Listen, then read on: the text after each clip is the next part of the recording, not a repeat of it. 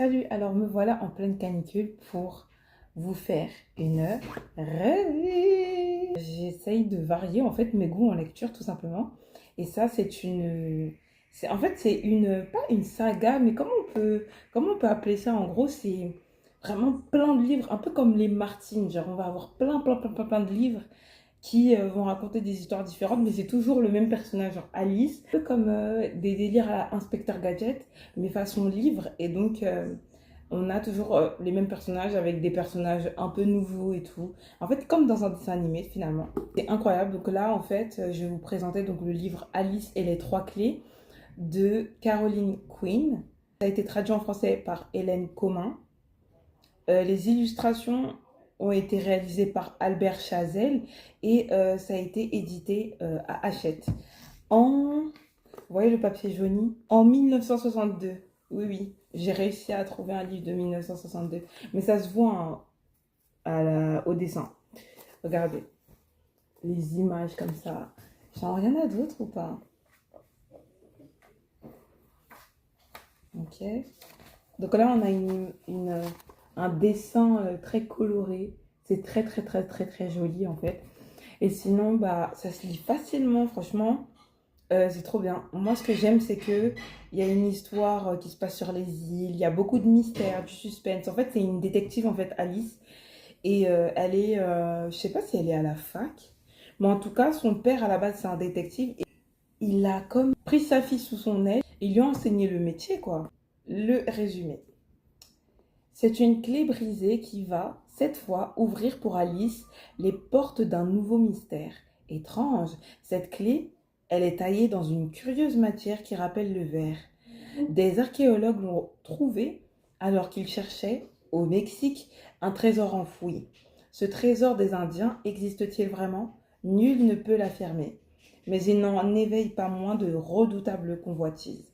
L'inexplicable disparition du professeur Pitt devient pour la jeune détective américaine le plus ardu qu'elle ait jamais rencontré. Quelles armes va-t-elle pouvoir opposer aux dramatiques machinations ourdies contre elle, le sang-froid et l'astuce? J'ai adoré la lecture de ce livre. C'est pour ça, quand on vous dit sortez de votre zone de confort, moi j'aime trop. En fait, moi je sais pas, je pense que j'ai une zone de confort en lecture. Genre, je pense qu'en fait, euh, la lecture romantique, c'est très facile pour moi, tu vois. Très facile de m'y accrocher. Tout ce qui était manga aussi, c'était très facile pour moi et tout. Je peux lire très facilement ces livres-là, les BD, tout ça. Sauf que, en fait, lire des livres comme ça qui racontent une histoire qui n'est pas en rapport avec l'amour, la sensualité, la sexualité, c'est plus difficile de s'y intéresser. Et donc, en fait, genre, j'ai envie de retourner un peu dans mon âme d'enfant et de lire des livres très policiers, détectives, tout ça. En fait, genre de repartir vers une vision moins. Tu vois, parce qu'en fait, on a normalisé l'image à outrance de la sexualité partout où on va. Il n'y a que ça, sur les réseaux, sur Internet, à la télé, dans les films, au cinéma, tout ça. Il n'y a que ça. Et moi, personnellement, vu que j'étudie le cinéma et que j'aimerais être un jour professionnelle dans le cinéma, ben, je vous explique, moi aussi, je vais montrer de la sexualité dans ce que je vais faire. Mais j'aimerais que ce soit montré différemment.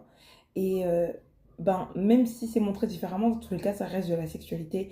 Et là, en fait, c'est différent pour moi. J'aime bien, genre, c'est agréable, en fait. Il n'y a pas de truc étrange. Là, ça réveille la partie primitive joyeuse. Ça révèle pas la partie primitive animale de ta personne, tu vois. Tes désirs, tes pulsions. Non, là, ça va réveiller ta curiosité enfantine, tu vois.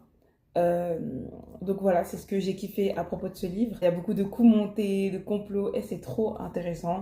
Les trésors, commencez à arrêter de chercher les trésors, notamment en Amérique latine, euh, même enfin, dans tous les lieux sacrés, dans tous les lieux des Amérindiens, etc. Parce que je trouve que, ben, je pense que vos ancêtres ont assez pillé nos contrées. Je pense que c'est bon en fait. Vous n'avez pas besoin de constamment piller les choses et dire que c'est vous qui avez trouvé, alors qu'à la base, ça a été caché, enterré par les locaux, par les ancêtres, des ancêtres des locaux en fait.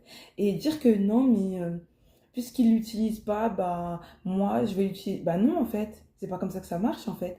Si moi j'allais, je sais pas, aux grottes de Lascaux et que j'allais chercher des informations et que je trouvais des trucs et que je les ramenais chez moi et que par exemple j'en faisais un musée en Afrique, je pense que ça vous ferait un peu mal quand même, hein, non? Que le patrimoine de votre pays soit délocalisé ailleurs en fait. Donc il faudrait arrêter de faire ça. Donc en fait c'est un peu le petit coup de gueule par rapport à ce roman. Mais sinon il était incroyable.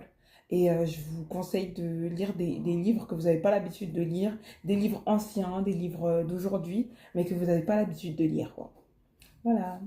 Bye.